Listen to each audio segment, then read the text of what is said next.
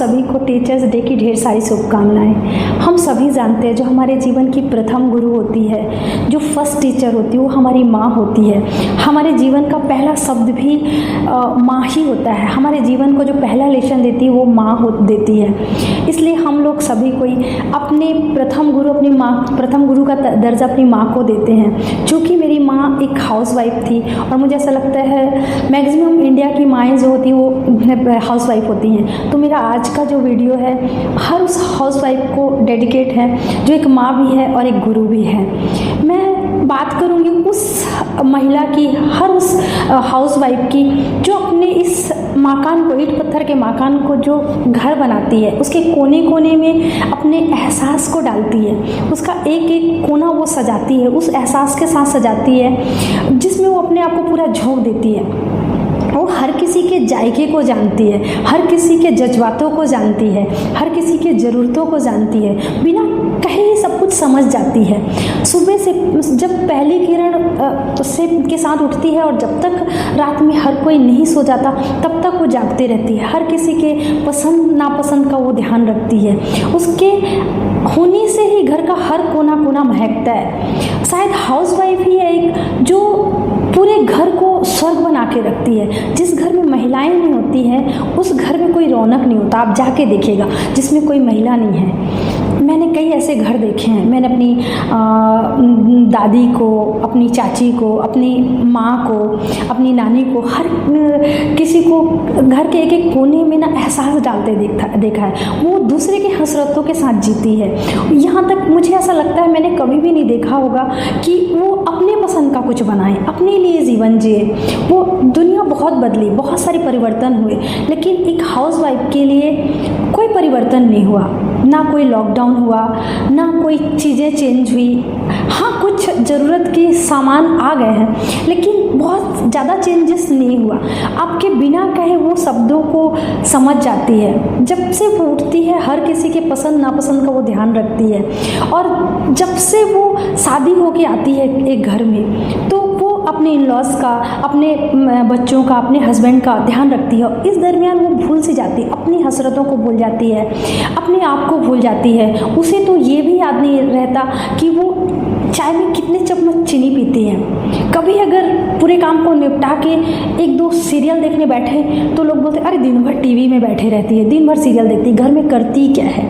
एक दिन अगर कोई घर में रह के देखे और पूरा दिन सुबह से लेके छोटी छोटी ज़रूरतों को, लोगों के ज़रूरतों का ध्यान रखे, लोगों के यहाँ तक कि हस्बैंड के टॉवेल से लेके, बच्चों के किताब से लेके, यूनिफॉर्म से लेके, उनके टिफ़िन से लेके, एक एक चीज़ों को जितना वो ध्यान रखती है और पूरी शिद्दत से बिना किसी शिकायत के। उसको तो तबीयत खराब हो जाए तो शायद आराम करने के लिए खुद को इजाज़त नहीं देती वो भूल जाती है। आप देखिएगा, मैंने अपनी माँ को देखा है, मैंने कभी उनको उनके पसंद की मूवी नहीं देखा। मैंने कभी उनको ये नहीं देखा कि सुकून से बैठ के एक कप चाय पी लें या कोई एक सीरियल देख लें। वो भूल जाती है। वो धीरे धीरे एक छरहरी शरीर से वो एक मोटी औरत में तब्दील हो जाती है। उसे पता ही नहीं चलता। धीरे धीरे धीरे धीरे उसके अंदर की पूरी ख्वाहिशें मर जाती हैं। और होता यह है जब बच्चे बड़े हो जाते हैं, अपनी दुनिया में चले जाते हैं, तो उसके अंदर जो हसरतें रहती हैं वो धीरे से ख़त्म हो जाती हैं। वो अपने आप को सजाना संवारना भूल जाती है। शायद वो अपने आप को सही तरीके से तैयार होकर शीशे में देखना भी भूल जाती है। कभी कभार ऐसा होता है कि किसी फैमिली या रिलेशन में कोई फंक्शन हुआ तो जल्दी जल्दी घर का सब काम निपटा के तैयार हुई और कोई छोटी मोटी पार्टी में चली गई। फिर भी वो अपने आप को इतना वक्त नहीं देती है कि अच्छे से वो सबरे, होठों में कोई अच्छी सी अपने पसंद की लिपस्टिक लगाए, अपने आँखों में काजल या मस्करा लगाए। मैंने ऐसा हर हाउसवाइफ को देखा है। एक गाउन डाल लिया, नहा के अपने को बिना देखे ही वो काम पे लग जाती है और उसको पता ही नहीं चलता कि एक नाजुक सी बच्ची एक अधेड़ महिला में कब तब्दील हो गई। उसे पता ही नहीं चलता। उसको लोग बोलते हैं और इसके बाद जब उसको पूछा जाता है कि आप क्या करते हो तो अक्सर लोग बोलते हैं अरे कुछ नहीं, ये तो हाउसवाइफ है। सब चीज़ें चेंज होती हैं लेकिन हाउसवाइफ की लाइफ बिल्कुल भी चेंज नहीं होती।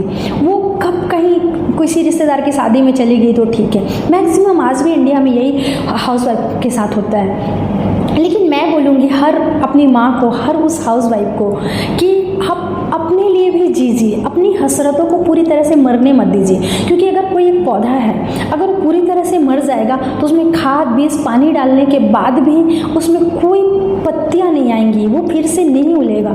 इसलिए वो जब पूरी तरह से डिस्ट्रॉय होने से पहले आप उसमें एक जान डालिए, आप भी जीजिए, आपकी भी ज़िंदगी है। लोग क्या कहेंगे सबका करिए, ठीक है, लेकिन उसके बीच में आप अपनी हसरतों को मत भूल जाइए। आप अपने लिए भी समय दीजिए, अपनी पसंद का पुस्तक पढ़िए, अपनी पसंद की मूवी देखिए। आप भी साल में 2-4 दिन 6 दिन बिना किसी बोझ के, बिना किसी अपराध बोध के आप भी छुट्टी मनाने जाइए। ज़िंदगी एक बार मिलती है, दोबारा नहीं मिलती है। हर उस हाउसवाइफ को मेरा ये संदेश है कि ठीक है, आप सभी का ध्यान रखिए, लेकिन इस दरमियान अपनी हसरतों को मत भूलिए प्लीज़, क्योंकि पता नहीं आप कब दोबारा इंसान के रूप में जन्म लेते हो। आप एक महिला के रूप में जन्म लिए हो, तो आप भी अपने महत्व को समझिए, अपनी उन हसरतों को फिर से ज़िंदा कीजिए। अभी ऑनलाइन जो भी चीज़ें आप सीखिए, आपने जो शौक़ को मार दिया धीरे धीरे, उसको आप फिर से ज़िंदा करिए।